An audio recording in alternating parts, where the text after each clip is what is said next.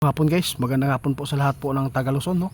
Ngayon po, mayroon po tayong ipapaabot sa inyo tungkol po ito sa nagaganap po dito sa Pilipinas. Tulad po ng corruption. Nandito si kaibigan. Alam po ninyo guys, wala pong sinabi si kaibigan na yung mga presidente natin na dumaan o nagdaan ay hindi mga korap. Pero kung ikumpara po natin kung ano po ang nangyayari, bakit po ba kayo nagagalit sa ipinapaabot po namin? Dahil isa po ba kayong nabubulag ngayon? Hindi niyo alam ang nakikita ng mga kaibigan. Ito po ang pakinggan po ninyo ngayon, kaibigan.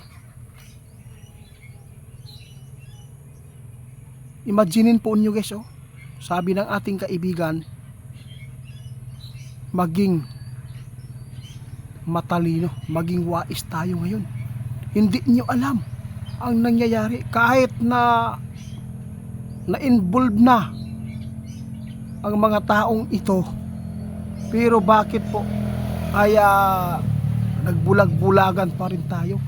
Sino po ba ang nakakaawa ngayon? Yung mga tao naghihirap na ibuwis ang buhay po nila doon sa protesta para lang po makapaabot po ng mga hinanakit po nila, para po ito sa mga taong bayan. Bakit po hindi nyo ito nakikita? Pero kaibigan, ano po ba ang maganda po na ipaabot dito sa kanila para po matauhan na ang mga taong bayan?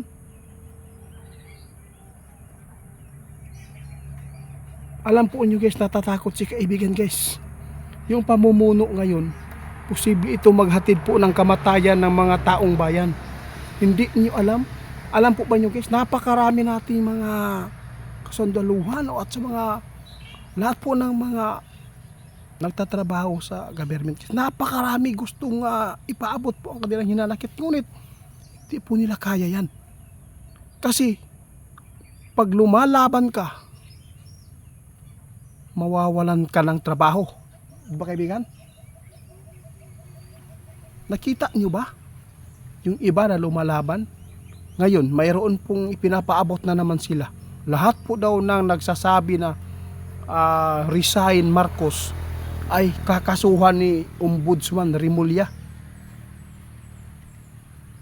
Grabe. Bakit? Ano na ba ang Pilipinas guys? Hindi naman sinabi ni kaibigan yung nagdaan natin na presidente si Duterte. Wala namang sinabi si kaibigan na perfect at hindi kurap. Pero kung i-ano natin, ikumpara sa ngayon, ilang mga tao ngayon, ang mga inusinting mga bata ang ginahasa dahil sa mga droga. Dati maraming mga krimen, pero yung mga tao na mga mambibiktima ng mga inosente, yun po ang nabibiktima, yung mga demonyo, yung mga gumagamit. Pero ngayon iba, di ba kaibigan? Si kaibigan mismo ang nakakita guys. Hindi nyo alam kung bakit napakaraming mga tao na nasabihan natin na nagbulag-bulagan. Sila guys nakakita sila, ngunit hindi po nila kayang gawin yan kasi natakot sila, mawalan po sila ng hanap buhay, walang trabaho. Tingnan mo ang lumalaban po sa administrasyon ngayon, no? Tinatanggalan po ng posisyon. Kaya utong na lang yun. Natakot lang si kaibigan guys. Ito po ang kanyang prediction na mangyayari po kaibigan.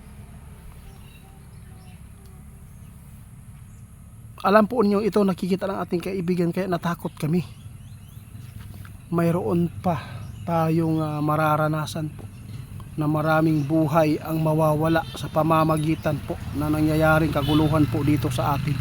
Maraming taong magugutom dito guys. Hindi nyo alam. Iniimbak na nila ang mga ari-arian ng mga taong bayan.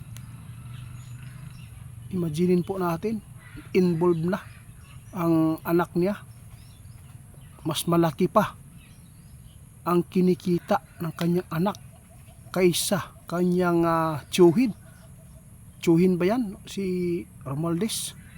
Pero bakit hanggang ngayon guys, hindi pa rin nabigyan ng kaso? Kung mahirap ang magnakaw, pag nahuli sa mall, binubugbog. kahit 500. Pero ang mga mayayaman kapag nagnanakaw yan, na bigyan pa ng award, lumayas ka dito, umalis ka, magtago ka muna, palamig ka para hindi tayo agad maano. Yun po ang napakasakit isipin guys. Alam po ba niyo kung bakit po ito napaabot ng ating kaibigan? Kasi napakaraming nagagalit sa ipinapaabot nila. Hindi po niyo alam ang nakikita ng mga kaibigan natin. Unti-unti, dili kay unti-unti, no? Hindi niyo alam po ang nangyayari sa loob po ng Central Bank, kung ano ang nangyayari. Posibleng mangyayari pa rin guys na mawalan na po ng budget, mawala lahat ng gold bar dyan. Ito po ang tandaan ninyo, nasa inyo na lang po. Kapag lumalaban tayo, wala tayong laban din, dahil po ay tinatanggal nga si Barsaga, nga tinatanggal nga yun, tinanggal 60 days, di ba kaibigan?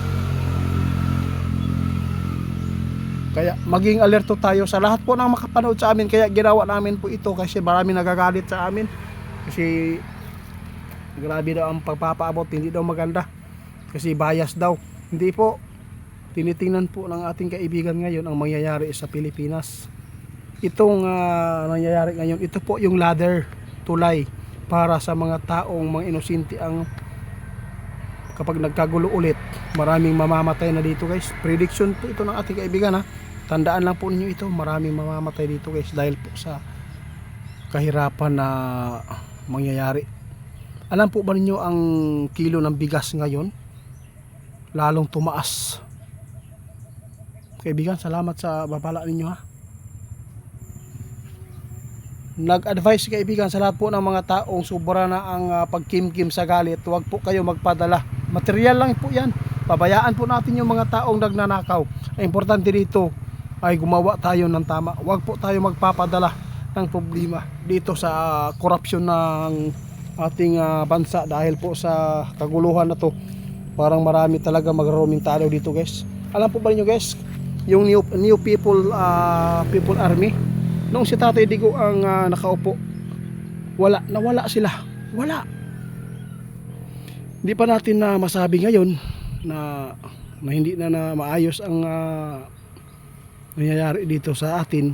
Hindi natin alam, maraming rumintalo dito dahil po sa nagawa.